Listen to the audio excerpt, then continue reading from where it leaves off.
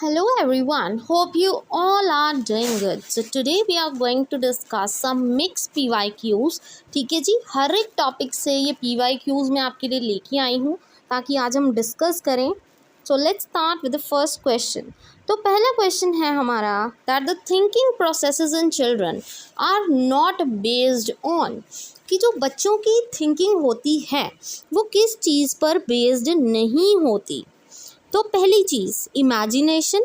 तो देखो बच्चों की इमेजिनेशन पर तो उनकी थिंकिंग बेस्ड होती है, तो ये तो ऑप्शन सही है कि बच्चों की जो थिंकिंग है वो बच्चे इमेजिन करते हैं उस चीज़ को, ठीक है, तभी तो वो समझते हैं, तो इस पर तो बेस्ड है. पूछा क्या गया, नॉट बेस्ड. देन एक्सपीरियंसेस, बिल्कुल सही है, बच्चों को एक्सपीरियंसेस करवाए जाते हैं, ठीक है, तो इस पर भी बेस्ड है. फिर बच्चों के इंटरेस्ट के अकॉर्डिंग करवाए जाते हैं, तो ये भी क्या है, बेस्ड है इस पे भी. बट डिसीजंस इस पे तो बेस्ड नहीं है. छोटा बच्चा देखो प्राइमरी क्लास का, वो क्या किसी चीज़ को लेकर डिसीजन लेगा, क्योंकि प्राइमरी क्लासेस में तो क्या होता है कि जो बच्चे होते हैं वो मतलब जो उनकी स्टडी करवाई जाती है वो टीचर सेंटर्ड होती है, जैसा टीचर ने बोल दिया वैसा उनको पढ़ना पड़ेगा, ठीक है. तो डिसीजंस तो वो नहीं लेते किसी भी चीज़ पे. तो थिंकिंग प्रोसेसेस बच्चों की कभी भी डिसीजंस पर बेस्ड नहीं होती. उनकी जो थिंकिंग है, जो वो सोचते हैं, जो वो समझते हैं, वो चीज़ें उनकी इमेजिनेशन, एक्सपीरियंस और बच्चों के इंटरेस्ट पर बेस्ड करती हैं, राइट, कि किस चीज़ में बच्चा इंटरेस्टेड है और कहाँ पे वो बच्चा सोचना चाहता है उस चीज़ को. तो ये तीन चीज़ों पे बेस्ड है बट डिसीजंस पे बेस्ड नहीं है. So C option is your correct one, because उन्होंने पूछा है कि नॉट बेस्ड वाले कौन से हैं. I hope this question is clear. Now comes to the next question. The law of learning was given by. Law of learning किसने दी थी. तो देखिए जी, चार हमारे पास थ्योरिस्ट हैं, तो वन बाय वन पहले इनकी थ्योरीज देखते हैं किसने कौन सी दी थी. तो जो पावलोव थे, पावलोव ने कौन सी थ्योरी दी थी, क्लासिकल कंडीशनिंग की थ्योरी दी थी, right, we very well know. जो स्किनर थे, स्किनर ने कौन सी दी थी, ऑपरेंट कंडीशनिंग की थ्योरी दी थी. कोहलर ने कौन सी दी थी, इनसाइट थ्योरी दी थी लर्निंग की. इनसाइट थ्योरी मतलब कि जो पर्सन है, ठीक है, वो क्या करता है, वो अपनी सोल की बात सुनता है, ठीक है, जो मतलब जब कोई प्रॉब्लम आती है वो एकदम से उस चीज़ का सल्यूशन ढूंढ लेता है. जब कहते हैं ना कि इंसान पे जब पड़ती है तो उसको उस टाइम डिसीजन लेना ही पड़ता है, तो बस कोहलर ने वही चीज़ बोली और उन्होंने किस पे एक्सपेरिमेंट किया था, चिंपैंजीज पे किया था, ठीक है जी. और जो थॉर्नडायक थे, थॉर्नडायक ने ट्रायल एंड एरर थ्योरी दी थी और उन्होंने लॉ ऑफ लर्निंग की बात भी की थी. लॉ ऑफ लर्निंग में क्या होता है, तीन तरह की लॉज की बात की थी उन्होंने, ठीक है. Law of effect, law of effect की बात की और उन्होंने लॉ ऑफ एक्सरसाइज की बात की, ठीक है जी. फिर उन्होंने एक रेडीनेस की बात की, रेडीनेस, ठीक है. तो इस तीन चीज़ों में क्या था, पहली चीज़ कि जो बच्चा है वो पहला पढ़ने के लिए क्या है, रेडी होना चाहिए, ठीक है, ये होती है लॉ ऑफ रेडीनेस.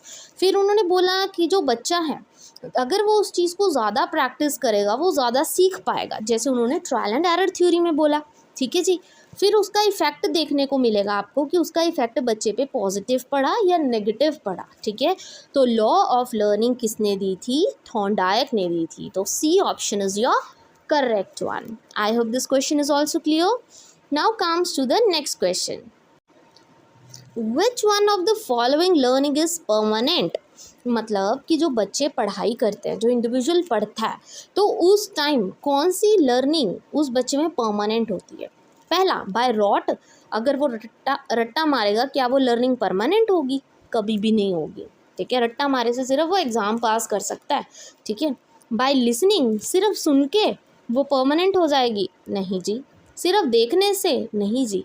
बट जब वो उस चीज़ को अंडरस्टैंड करेगा, समझेगा अच्छे से, तो वो लर्निंग उसके फ्यूचर में भी काम आएगी, ठीक है. So C option is your correct one.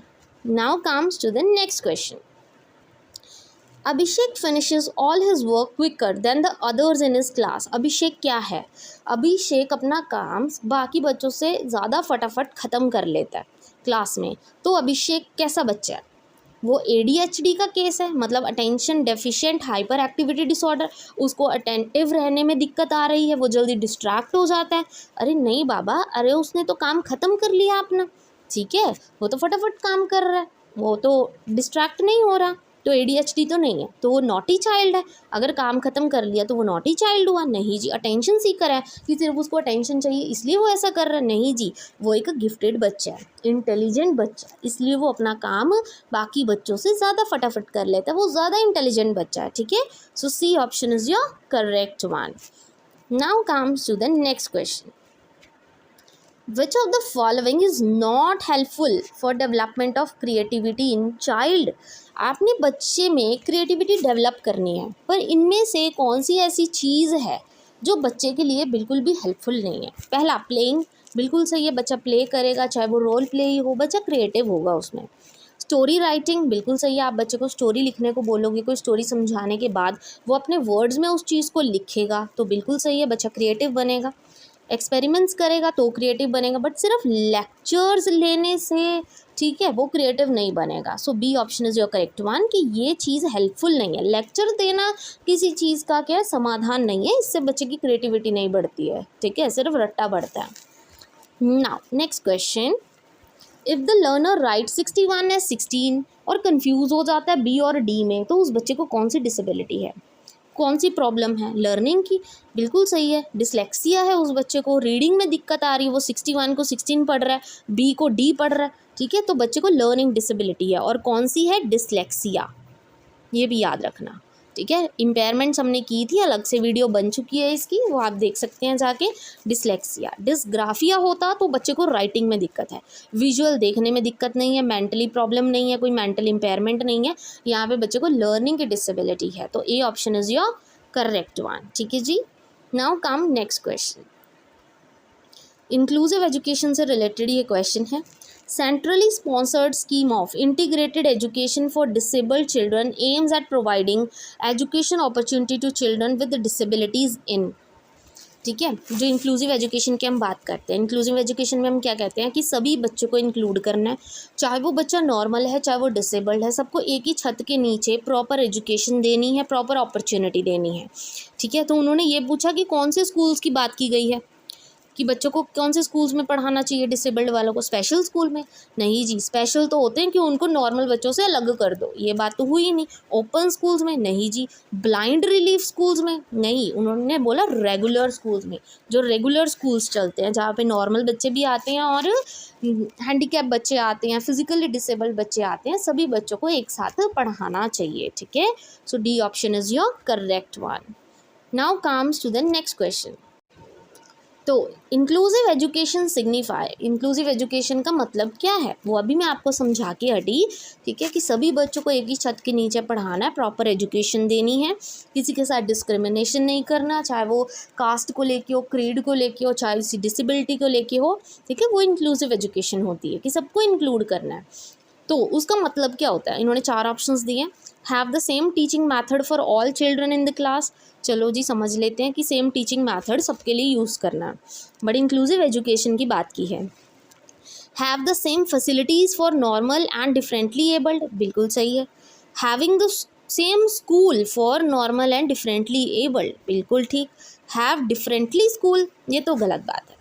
बात क्या है? इंक्लूसिव एजुकेशन, एक ही छत के नीचे पढ़ाना, सेम फैसिलिटी बाद में दी जाती है, सेम टीचिंग मेथड बाद में यूज़ किए जाते हैं, बट सबसे पहले सेम स्कूल में उनको पढ़ाना है, एक ही छत के नीचे। तो इंक्लूसिव एजुकेशन क्या कहती है? एक ही छत के नीचे सभी बच्चों को पढ़ाना है। आई होप दिस इज़ क्लियर। तो छोटी छोटी वर्ड्स भी देखो ध्यान में रखने हैं, ठीक है, इससे आपका क्वेश्चन गलत हो सकता है वरना।